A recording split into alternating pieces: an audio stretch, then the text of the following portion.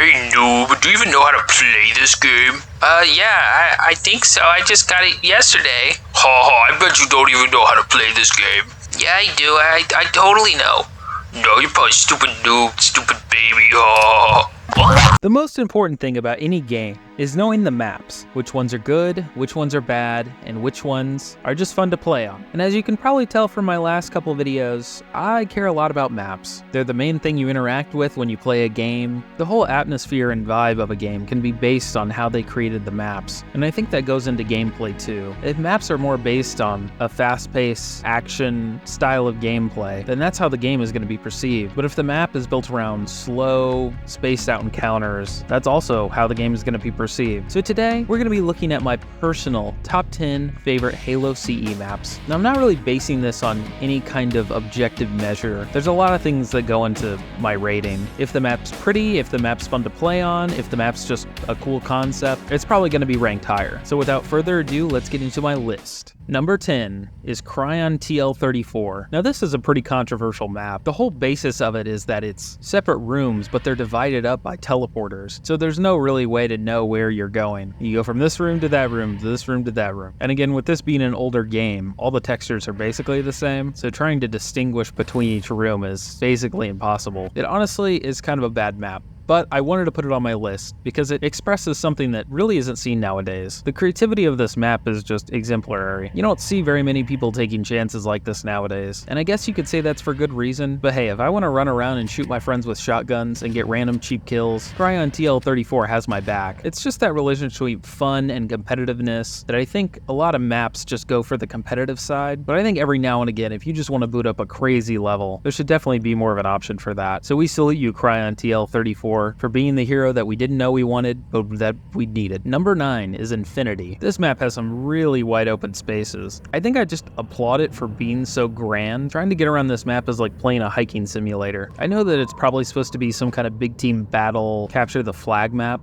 but I just remember getting on this map as a kid and just walking around for hours. It really gave me the feeling of being lost on this Halo ring. Obviously the campaign had some sections like this, where it was just some like cavernous mountains and trails and stuff, but there was always like enemies shooting you, and it was pretty much a fast-paced experience. The vibe of this map just gives me such a slow and calming feeling, and there's so much verticality to it. It's just great. Trying to balance on those beams and not fall off, I just think it creates great tension, especially if you were trying to shoot someone on the ground with a pistol or they're trying to shoot you. I know this kind of goes without saying, but Halo CE's weapons sandbox just complements its map so well. It always feels like there's a tool that you can use for any situation. The vehicle sandbox is also great. It's so fun to just drive the Warthog around this map, going over little bumps and hills. Infinity's just one of those maps that I don't know if we're ever going to see again. Unless it is kind of like a battle royale style where there's just a ton of people. The spaces are just so large, I don't know if you could really control what kind of encounters players could have in this space. But hey, I really appreciate it for what it is. And that'll wrap it up for that. Let's move on to number 8, which is Prisoner. Prisoner is definitely a different kind of map than the last two. It's more of a fast-paced arena shooter map, but that's kind of why I love it. You can basically just keep going up and down the stairs, shooting at all people at all elevations of height. It's very simplistic. There's no vehicles or any kind of super open areas, but I think it's kind of fun that each team's goal is kind of get to the top of the map, since that's where you can see most people, and it's kind of a constant fight to stay up there. I have to say though, it's good that this map is fun because it's not very pretty. It's a lot of gray. What later Halo maps did was they usually had some kind of outside force leaking in, like a flood infection had kind of crawled into the side of the map, or would open up into a larger, greener area. You obviously wouldn't be able to go into these different kind of spaces, but you could see that there was a whole bigger world outside of it. That's kind of what the first Halo maps are missing. They're kind of just contained within their own box. I don't ever think I really thought about it that much on this map, because as soon as you spawn, there's probably someone shooting at you. But yeah, as the Halos went on, they got a lot more diverse with their environmental storytelling. Number 7 is Rat Race. This is just another great gameplay map. I have some very fun memories of doing some 2v2s on this map. I don't know, I kind of have a preference for smaller maps. It kind of means that you're going to run into more encounters with people, and it'll probably be a bit more chaotic because of it. Again, this layout is very simple, but the circular nature means that you're probably always going to be moving forward, and the little shortcuts in between don't hurt it either. I still love the little drop down spot where you can get a drop on your enemies. I still think that's so fun, and I wish other maps had more hard to see shortcuts. That's basically all I have to say about it. I know I said the last map was simplistic for its very gray color palette, but there's something about the Forerunner textures that they use in these Halo CE maps that I just feel like I'm stuck in this ancient concrete box It really does feel ancient in a way that I don't think any other game has been able to capture. Like we've gone down into some excavation site for some ancient tomb, and now we're having a death match in it. Something about that feeling is just really interesting to me. Number 6 is Derelict. This is kind of the beginning of my love for the symmetrical maps. The idea that you can kind of just run into any direction and find people is really fun to me. CE's pistol basically makes it so that you can headshot anyone from across the map, so the symmetrical level design basically means you can turn in any direction and you can either shoot someone or someone can be shooting you. I just love the fast-paced gameplay that kind of creates. Again, it's another very gray map, but it's got some cool runes on the walls and just some interesting floor textures. I don't know, it kind of feels like the saying less is more, where since it's so boring, you really notice the details that they put into it. It has a very neon future vibe with all the lights everywhere, and I love how they have these spotlights that kind of rain down this neon glowing light. It's really cool. I think the windows might be my favorite part of this map. I talked about earlier how more modern Halo games kind of allude to where you are, get a bit of context to where this is taking place, and this does this but in kind of a contradictory way, where you basically see nothing outside. You're just kind of lost in this empty void of space, and I think that's really interesting. I mean, the map is called Derelict, so you would assume that you're kind of in the middle of nowhere lost in space, but the visual representation of that is really cool. Okay, number 5 is going to be a big one.